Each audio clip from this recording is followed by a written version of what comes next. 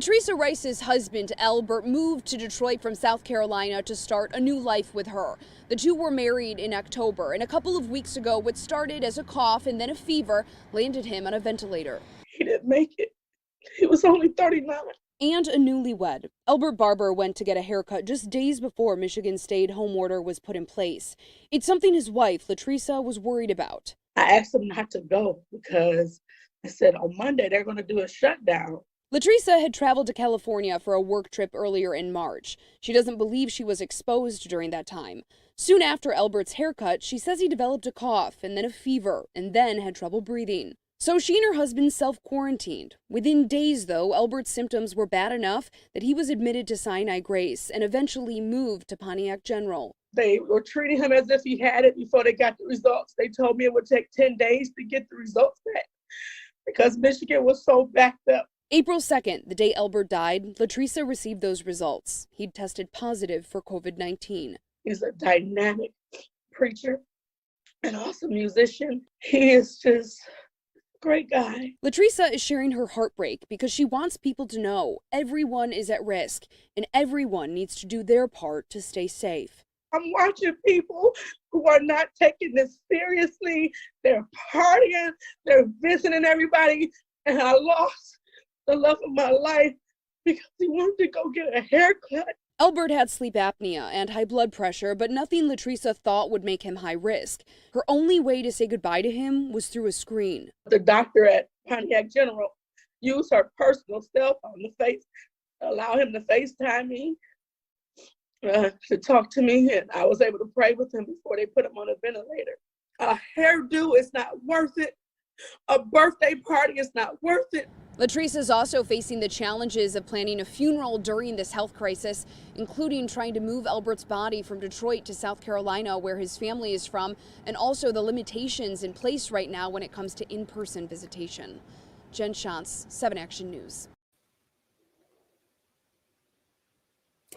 Good morning. It is Wednesday, August the 18th, 2021. Let it be known, you've just been watching one of many reports of people dying. This Delta variant of the coronavirus is raging.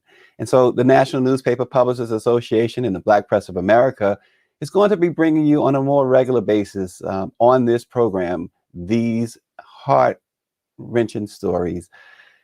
It is our attempt to let you know the importance of safety, the importance, if you can, to get a vaccine, the importance of wearing a mask, the importance of social distance. It's all still here. We are in a pandemic. No one has declared an end to this pandemic. It is real, folks. Let's take care of ourselves. In her early 20s, Azure Antoinette, a poet and entrepreneur, began experiencing debilitating fatigue, partnered with numbness in her fingertips, muscle spasms, and vertigo with no clear explanation. Everyday things like driving a car or watching a movie were impossible until she decided enough was enough. At age 28, after 5 years of doctor's appointments and misdiagnoses, Azure was finally diagnosed with relapsing-remitting multiple sclerosis, or MS. Managing MS is an ongoing challenge because it's not one size fits all, Azure says, and today we speak with her and neurologist and world-renowned MS specialist, Dr. Mitzi Joi Williams. But first, of course, the news headlines. A third shot in the arm is next in the desperate battle against COVID-19. The Biden-Harris administration plans to announce that all who receive vaccinations should get another one 8 months later. For those administered to Pfizer or Moderna shots, it means a third dose. Individuals injected with the Johnson & Johnson dose will need a second vaccination. Administration officials said that boosters could begin next month. The U.S. Food and Drug Administration must first authorize the additional vaccine dose, but the Biden-Harris administration believes that authorization will occur shortly. Officials anticipate that nursing home residents, healthcare, and emergency workers will likely be first in line for the third shot. Reportedly, the third shot is the same as the initial dose. The decision for a third shot arrives as COVID cases have surged to pandemic highs, with the Delta variant raging. Florida, Mississippi, Hawaii, Oregon, and Louisiana all recorded all-time highs for average number of new COVID cases this week. The Federal Emergency Management Agency said it was sending get this, five mortuary trailers to San Antonio, Texas, as health officials expect the death toll to rise dramatically. Also this morning, the sad story of Martin and Trina Daniel. They were married for over 20 years. Both died of COVID-19 within hours of each other, leaving behind two teenage children. The Daniels met at Savannah State University in the 1990s before Martin Daniel headed to Tuskegee University in Alabama for graduate school. The couple settled in Savannah, Georgia, where they raised two children, Miles, who is now 18, and Marina, who is now 15. Trina was a stay-at-home mom who loved supporting her immediate and extended family, while Martin worked as a chemist. Martin, 53, and Trina, who was 49, and their teenagers were all unvaccinated. They contracted COVID-19 in June, and the couple's nephew, Cornelius Daniel, said that his aunt and uncle were hesitant to get vaccinated, in part due to the legacy of the Tuskegee experiment, which charted syphilis progression in unknown Black men from the 1930s to the 1970s.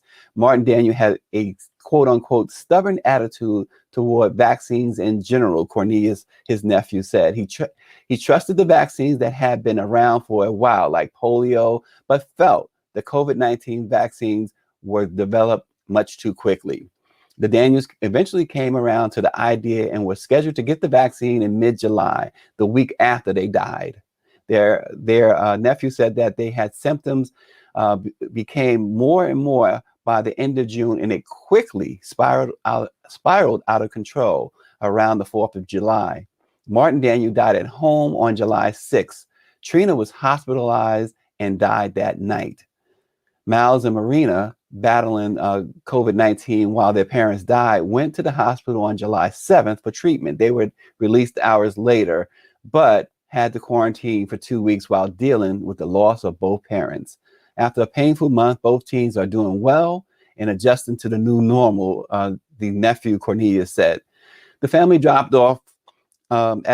dropped off at Miles College this past weekend, and Marina is beginning her sophomore year of high school. Miles and Marina now plan to get vaccinated, adding that they hope others who haven't yet gotten the shot will soon follow the teens' lead. So another really sad story.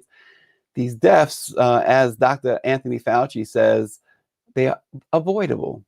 And let's talk about the two issues raised by the family, the Tuskegee experiment and the fear that the current vaccines were developed too quickly. Here's a couple of notes on that. During a 40-year federal experiment, a group of syphilis victims was denied proper medical treatment for their disease. This is the Tuskegee experiment. Some participants died as a result, and it fostered justifiable reluctance from the Black community to participate in medical research. The COVID vaccines are not that. A Black woman scientist helped develop the vaccine, and the doses were vetted thoroughly by some of the top Black doctors and scientists in the world, including Dr. James Hildreth of Meharry Medical College in Nashville, Tennessee, who sat on the FDA board that approved the vaccine. Now, we had Dr. Hildreth on this show. We had him, in fact, twice on our programs, and he insisted before approving any vaccine that it would be effective, totally effective and safe for Black people. Trust the science on this, folks. And as for the quick COVID-19 vaccine development, that was only possible because of decades of prior scientific studies demonstrating safety, as well as an unprecedented multi-billion-dollar commitment by the federal government to accelerate the research. Never before in history had the government poured so much resources into a vaccine. Trust the science, folks. Also in the news this morning, a story you can read on blackpressusa.com and many of our member newspapers. Academy Award winning actress and Grammy Award winner Jennifer Hudson has made a triumphant return to the big screen in the role of a lifetime, starring as Aretha Franklin, the Queen of Soul. Named for one of Franklin's greatest hits, Respect, a biopic written by Tracy Scott Wilson and directed by Lucille Tomei. In an interview with Jennifer Hudson, conducted by Dr. Nasinga Burton, who writes about entertainment and culture for the National Newspaper Publishers Association, Dr. Burton declares that the movie takes viewers on a journey through Franklin's tumultuous life. Despite all of the personal obstacles and professional challenges, Aretha Franklin was lauded and often described as a genius because of her impeccable musicianship, empowering writing, and powerful performances. She rose above the setbacks, becoming the voice of a generation, Dr. Burton writes. She says, Hudson, who Franklin handpicked to play her before her death in 2018, rose to fame as a contestant on American Idol in 2004, as we know. But what Dr. Burton brings out, she was lambasted, Jennifer Hudson was, by host Simon Cowell, who told her that she was out of her depth in the contest and would not make it in the industry. Well, Nasinga Burton, writer, the great Dr. Burton, writes that 3 years later, Simon Cowell issued a public apology saying that he was wrong about Jennifer Hudson after she won the 2007 Academy Award for Best Supporting Actress in her breakout role as Effie White in Bill Condon's film version of Dreamgirls. In the interview with Hudson, the two-time Grammy winner discusses what she has in common with Aretha Franklin, most of which is faith. Read the interview and review of Respect at blackpressusa.com. In her early 20s, Azure Antoinette, poet and entrepreneur, began experiencing debilitating fatigue partnered with numbness in her fingertips, muscle spasms, and I'm really off this morning, folks, and vertigo with no clear explanation. Every day, things like driving a car or watching a movie were impossible until she decided enough was enough. Well, she hooked up with the world-renowned MS specialist, Dr. Mitzi Joi Williams, and both of them, Azure Antoinette and Dr. Mitzi Joi Williams, joins us this morning. Good morning to both of you. Hello, hello. Good morning. Good morning. Good morning. Thanks for joining us and sharing your journey with us, both of you. And we'll start, of course, with you, Azure. You were diagnosed with MS. Tell us about the journey to the diagnosis. It was very similar to what you read. Just a lot of very normal things became very difficult to do. And this was in the early 2000s. So there wasn't a lot of additional research that I could do. I just knew that I felt very off. It had been, goodness, no less than 6 years before I finally got diagnosed in my later 20s. And was diagnosed with MS, and that was a huge relief. But not being able to tie your shoes or stay awake for normal periods of time, numbness and things like that. It was very, very difficult. My cognition was slipping, and I knew that I was too young to be experiencing any of that as just a result of longevity of life. So it was definitely a relief to get a diagnosis, 100%. Yeah, and Dr. Williams. Obviously, like so many other ailments, MS it really affects people of African descent. Tell us about diagnosing not just Azure, but just the symptoms. Tell us what presents itself when MS is the ultimate diagnosis. Absolutely. And that's an excellent question. And one of the difficulties is that everybody is so different. So many of the symptoms of MS are very common to other conditions like numbness and tingling. Sometimes people will be misdiagnosed with a stroke. Sometimes they'll be misdiagnosed with like a pinched nerve if their leg is numb and they feel like they have sciatica. So the key is if you know something is wrong, make sure that you get the answers you need, right? Azure is an amazing advocate for the MS community, and I encourage all of my patients to advocate for themselves. And basically what happens is that with MS, it's an autoimmune condition, meaning the immune system attacks the nerves. And so it results in different symptoms. Some people will have visual loss, some people can have numbness and tingling, weakness. One of the keys is that the symptoms in the beginning can go away. And so if those symptoms go away and you don't continue to seek treatment, or seek, medical, attention to try to figure out what happened, then sometimes people can go for very long times without symptoms, but there's still damage that's occurring in the brain and the spine, even though they feel well. Wow. And Azura, I want to go back to you and tell us how MS, what impact it had on your life. How did it change your life? I think MS continues to change my life on a regular basis. Dr. Williams is has been such a blessing in my journey as of late, because there are so many things that happen specifically to Black women that contract the disease, that come down with that are different than MS as a whole. And she's 100% right. It looks like so many different things. I remember when I got diagnosed, the ER doctor told me that they call MS in the medical industry the great masquerader. So you can really just feel like you're kind of out of your mind, and like you're being a hypochondriac, or you're being overly sensitive. And then sometimes the symptoms let up. So you're like, oh, I just needed more rest. But, things are getting more complicated. So multiple sclerosis has taught me quite a bit about how to speak up for myself.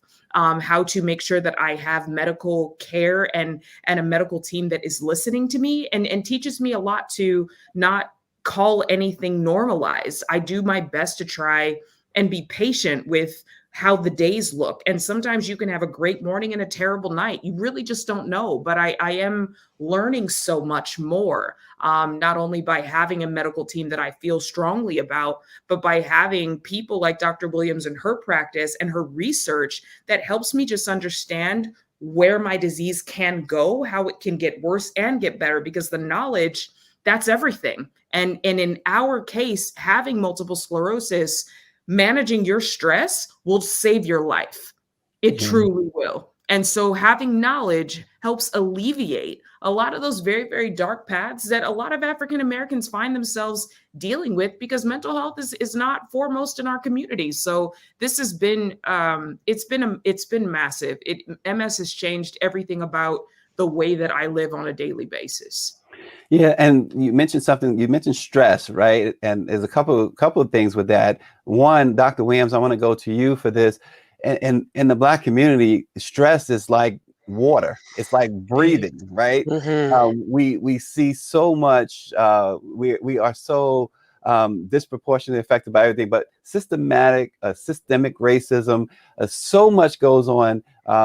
How do we avoid so much stress? And also, when it comes to MS, so it's a two-part question. How do we, what do you recommend? And the other question comes from our executive administrator, Claudette Perry. She says, can MS be detected with an MRI of the brain? Absolutely. So the way that we diagnose MS is by looking at a couple of things. So obviously you would see a physician, you would have a thorough history, your medical history taken. And usually with symptoms of MS, there are symptoms that come on, last for a period of time, and in the beginning often go away, and then you may have other symptoms later. So that's a very typical history for MS. Other things that we look at are MRIs. So MRIs have revolutionized the way that we treat and diagnose MS. And one of the reasons that some believe that now we're seeing a higher incidence of MS in Black people. So currently the study suggests that the risk is up to 47% higher in Black women. And one of those reasons may be because we now have more access to MRIs. So back in the day, if you ordered an MRI because it was so expensive, you had to have a really, really good reason, right? And now we can get an MRI if your head is hurting, if if your eye is twitching, we can get an MRI for anything now. And so we're seeing MS more frequently, and we're catching it earlier in the Black population.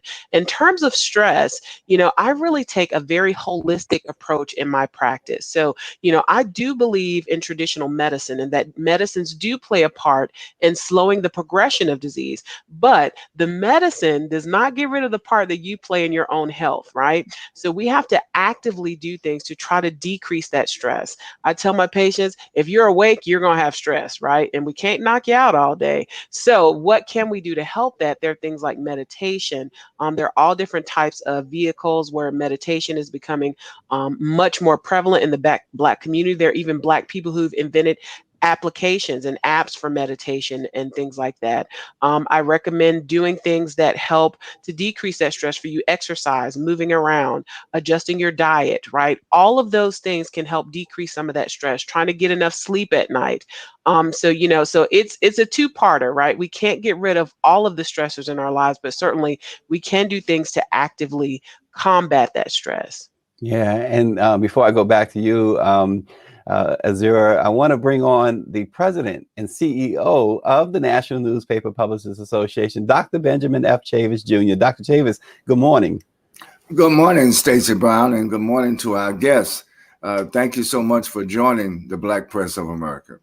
Yeah, absolutely. And Azure, so, Dr. Williams mentioned about medication, and we've talked to MS patients before, patients with MS, and one of the things, Black patients, right? One of the things that they encountered when they need medication, doctors, hospitals often think that they just want the drugs. It's so much discrimination there too. What did you find when it comes to medication before you found Dr. Williams? Oh,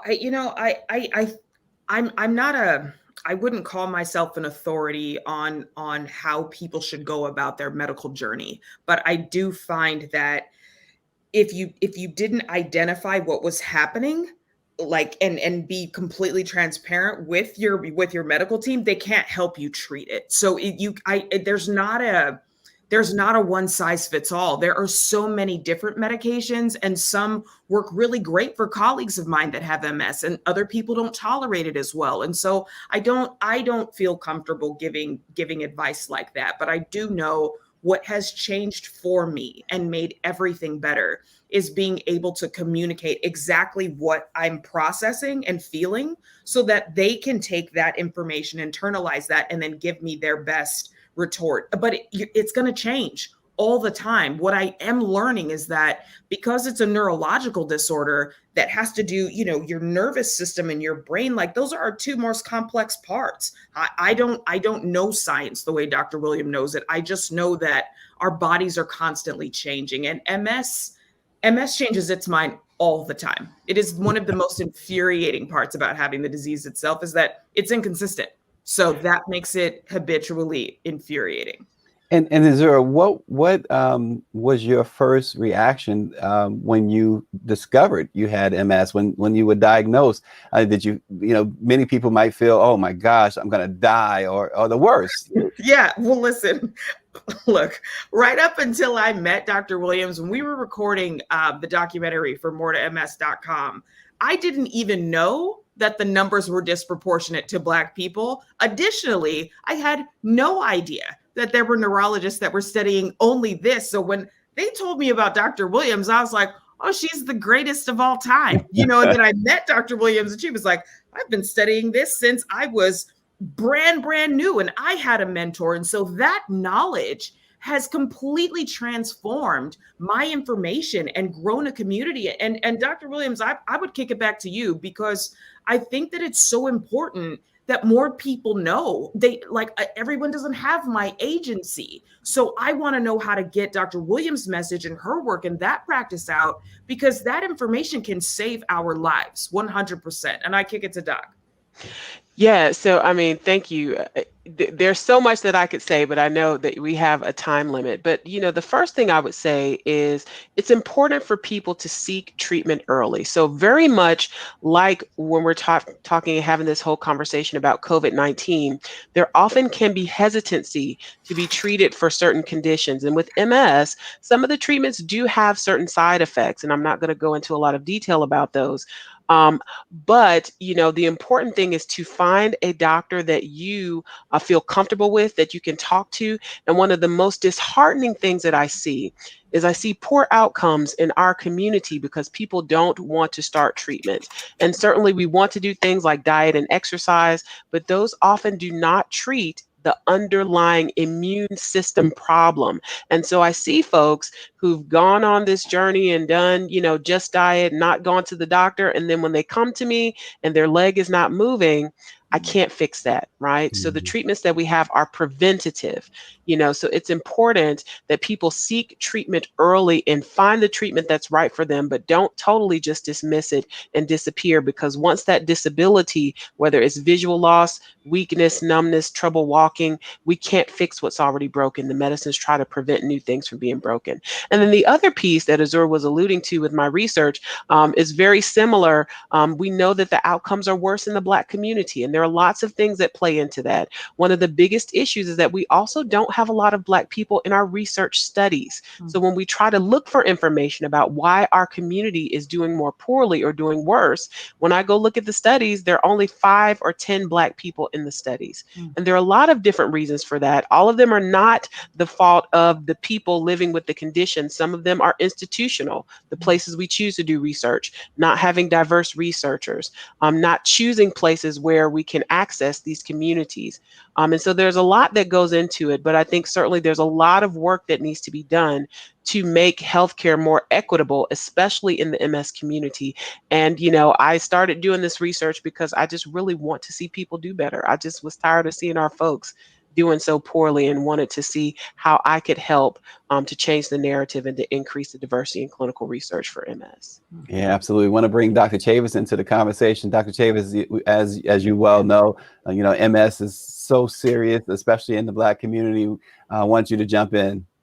Well, thank you very much. And again, Dr. Williams and Azure, thank you so much for sharing this vital information with our audience this morning. Dr. Williams, what would you recommend in terms of the broader healthcare arena where African Americans are disproportionately impacted now with COVID and other things because of these pre-existing conditions? What is your advice to all African Americans in terms of how we should better take care of our healthcare overall? Absolutely. I think the best thing, to start with is that you are your own best advocate, right? So I encourage people to advocate for themselves. I have a podcast called Brain Chat with the Nerdy Neurologist. And my first episode I did with my mentor, Dr. Mary Hughes, and we talked a lot about firing your doctor. So I've had a couple people fire me, not many, but if you're not getting what you need, it's okay to seek a second opinion. And then the other piece is don't be afraid of science. I was very heartbroken by the stories that you talked about earlier, Stacy. I have personal history with COVID-19. I was sick for 2 months with COVID. My grandmother died of COVID because of an exposure with one of my children. And so I think that the first thing we have to do in the broader sense is take these things seriously, right? I see a comment that talks about, we often say things are going to go away if I get some rest, right? But we have to take symptoms seriously. If we're not feeling well, if we have issues going on, we have to not wait until it gets into a dire circumstance where we have to be hospitalized before we take it seriously. And I think that people also should do their own research, but at the same time, listen to the professionals that you trust, right? If there are people that are out there doing this for a living, listen to some of them, and hopefully take some of their advice to avoid, very poor outcomes. Yeah. Thank you. That's great advice. Absolutely. And Azure, so your journey now, you've met Dr. Williams. Dr. Williams has been treating you. Tell us what you're up to now and how things are going for you now.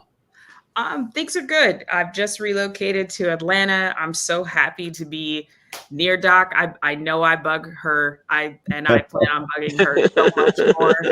But it does feel so good. This is the first time in my life. I'm 38 years old. I'll be 39 in September. This is the first time I've had a full team of Black medical doctors.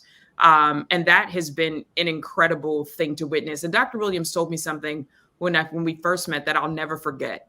She said to me, I didn't know that we could be anything else.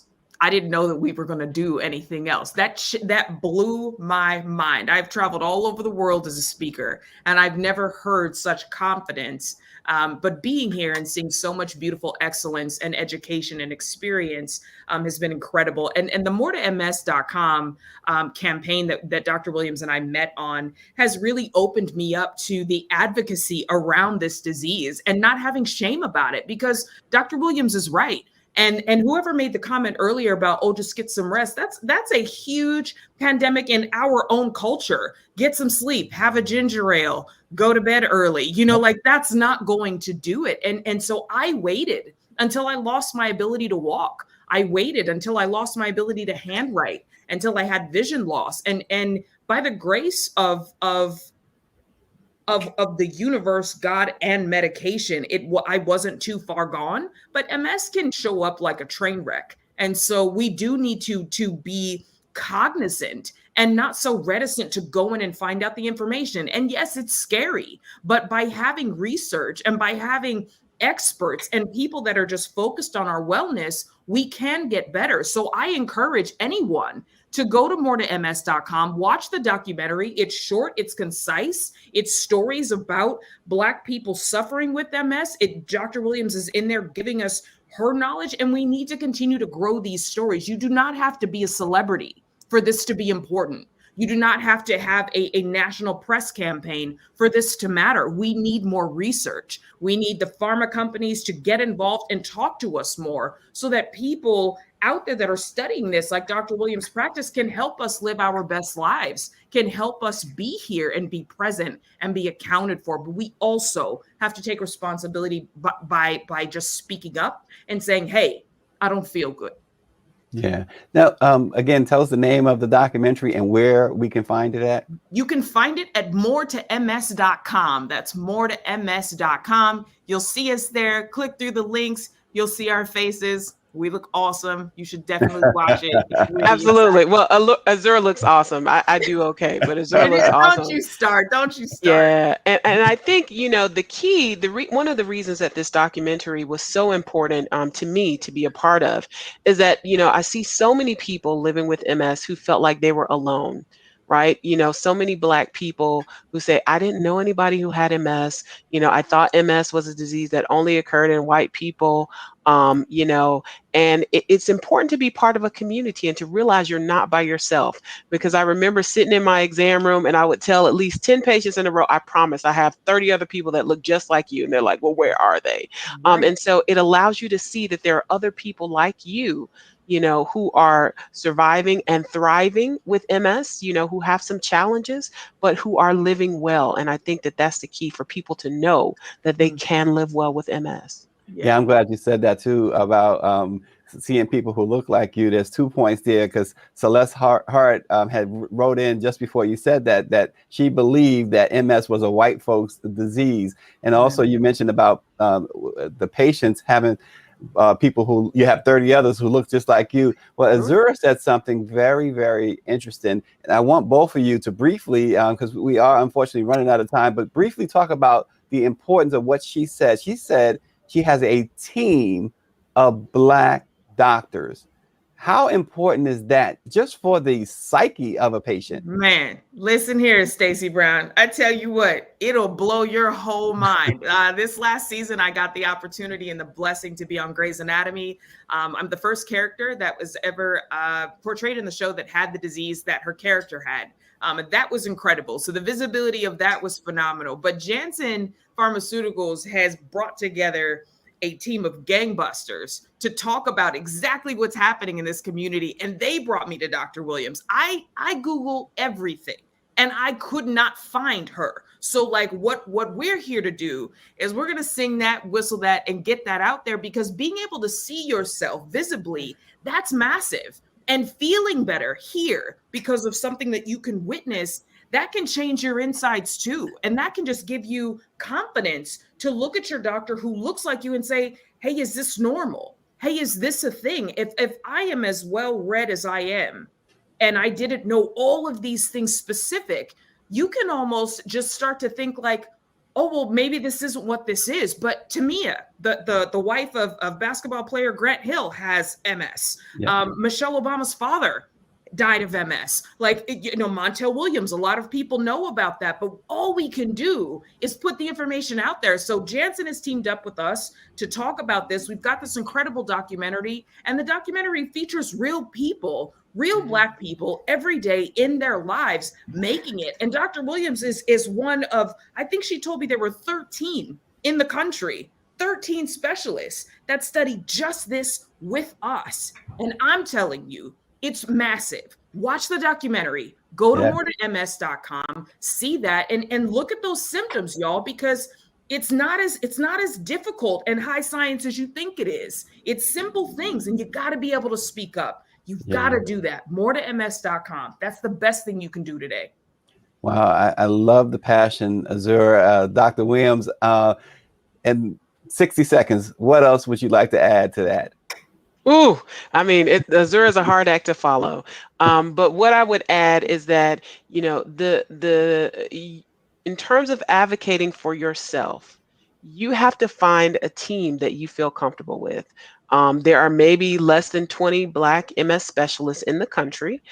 So if you can't find a Black specialist, make sure that whoever you're with, you feel comfortable with, that you can talk to, that you can tell what's going on with your symptoms, that they listen to you. And it's okay, like I said, to seek that second opinion if you're not getting what you need. But the best thing that you can do is arm yourself with information. Go to the documentary. There are other sources of information, and make sure that you're staying abreast of what's going on and staying on top of your MS. Don't fall through the cracks. Don't disappear because you feel well. Just make sure that you're continuing to follow up and get the care that you need. Yeah, Dr. Chavis, your closing thoughts? Well, we thank both of our guests for your advocacy, for your expertise, and for your love of our people. And that's what we do in the Black Press of America. We not only bring these stories, but we embrace and lift up those that are making a difference. And we thank you for the difference that you're making to help improve the quality of life of Black America and of all people. Because when Black America's health improves, it helps improve the healthcare of all of humanity. That's right. Well, Azure Antoinette and Dr. Mitzi Joi Williams, we certainly appreciate you this morning. What great information, what great stories you guys presented to us this morning. We appreciate it. And for everyone, again, at the top of the show, we saw a heart-wrenching video of death and regarding the COVID-19 crisis. It can be avoided. It really can. And the NMPA, the Black Press of America, we've been around since before the end of slavery, and we've always, our forefathers and now our leaders like Dr. Chavis, our chair, Karen Carter Richards, even and I mentioned earlier who sent in the question, Claudette Perry, our executive administrator. The goal is to continue to be the trusted voice in the Black community, to bring you this information, because we are the trusted voice in the Black community. So pay attention, please. This pandemic can go away, particularly and more importantly in our community. We can do something about it. Also, make plans now to join us for the National Newspaper Publishers Association's Leadership Reception, September 16th. It's going to be virtual again this year, and it's at virtualnnpa2021.com. You don't want to miss it. Many dignitaries will receive leadership awards from the NNPA, but more importantly, so much great information. So join us there. Register now at www.virtualnnpa2021.com. We'll bring you more information about that in the days to come. The reception, the leadership reception, again, is September 16th at www.virtuenmpa2021.com. Let it be known, this will never get old as long as we have this pandemic. Wear the mask, y'all, social distance, and strongly, strongly consider vaccination. We will see you tomorrow.